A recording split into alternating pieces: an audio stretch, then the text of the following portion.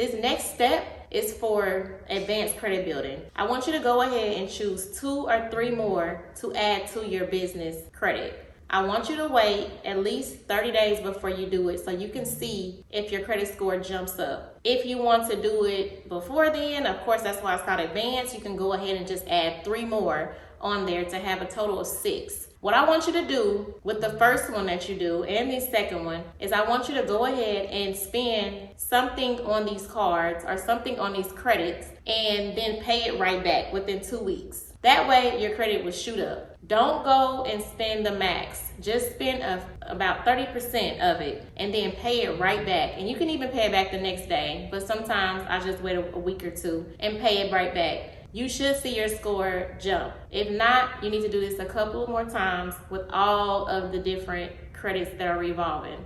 It takes about 2 to 3 months for you to actually see a big change in your credit. Sometimes it can go like that. Sometimes it takes a little while. So everybody's different. So go ahead and do those steps, and then I'll see you in the next step. Bye.